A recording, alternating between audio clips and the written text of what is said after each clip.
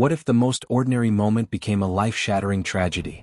In today's episode of Cuffed and Curious, we delve into the chilling true story of Ethan Nieneker and the random, terrifying violence that erupted in a North Austin Target parking lot on August 11, 2025. Stay with us till the end. You'll uncover not only what happened minute by minute, but deeper lessons about mental health warning signs, systemic failures, and the weight of random violence on ordinary lives. You'll feel the anguish of the victims' families, the chaos of the manhunt, and ultimately the sense that justice, though imperfect, can still arrive. So pause, subscribe to Cuffed and Curious, like, share, and prepare yourself for a story that's as gripping as it is heartbreaking. On Monday, August 11, 2025, at approximately 2:15 p.m., a routine day in North Austin's Target parking lot turned into a nightmare.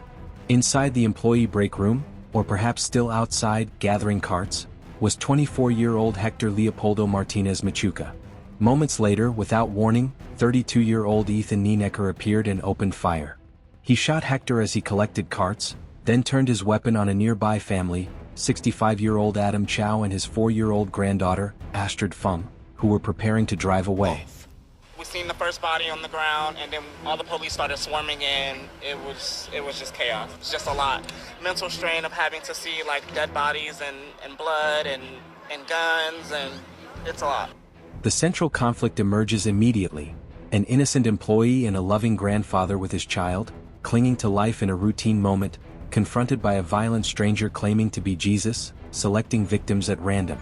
That shift, from ordinary to catastrophic, drives the story.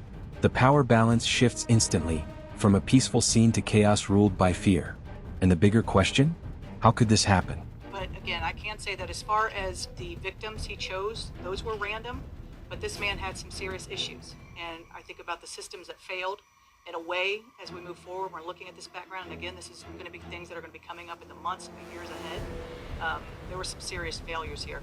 And what does it say about mental health care, gun access, and societal oversight? Picture this. Hector is struck down in broad daylight. Adam and little Astrid sit helplessly in their vehicle as bullets pierce the tranquility. Chaos explodes. Shoppers scream. Sirens wail in the distance. Lives extinguished in seconds. Then, dramatic irony sets in. While victims' loved ones might still be searching for them at home, we, the viewers, already know the horrific fate that befalls them. As Nieneker flees, we sense every subsequent crime amplifies the terror, but some characters around him have no idea what's to come. Within the next hour, Nieneker's trajectory explodes further. Vehicle thefts, violent assaults, crashes, relentless mayhem. Authorities scramble to contain something already spiraling beyond control. Will they catch him? Will more lives be taken? Imagine you're a loved one waiting, gazing at the clock, hoping for a call, not knowing the nightmare in motion. Amid fleeing vehicles and shattered glass, Nieneker crashes into a Volkswagen and an Infiniti SUV.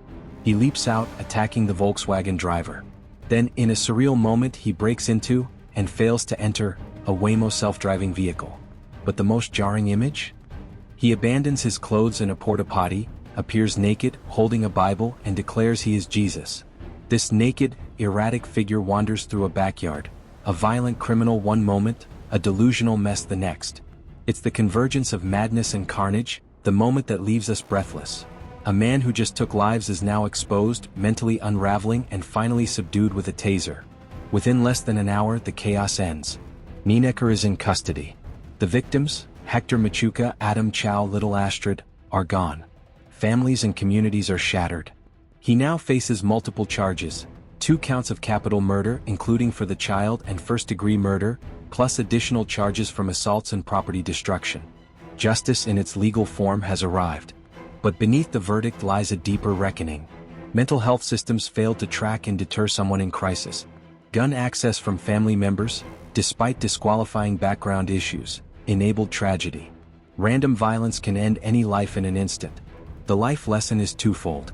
We must pay attention, to warning signs, to loved ones who withdraw, to individuals in crisis. Systems must change. Family, courts, healthcare, community must coordinate to prevent known risk from turning lethal. Justice isn't only punishment, it's a wake-up call. A call to care, to intervene early, to close loopholes, and to honor victims by preventing future tragedies. Thank you for staying with Cuffed and Curious through this difficult story. We hope you now understand not only what happened that August afternoon, but also the larger truths behind it. how quickly normalcy can shatter, how often warning signs go unheeded, and how fragile justice can be. If this moved you, please pause, subscribe to Cuffed and Curious, like and share so more people learn, empathize, and act. In memory of Hector, Adam, and Astrid, let's demand better responses to mental health crises and fight to keep firearms out of dangerous hands. Join the conversation below. What warning signs do you think were missed?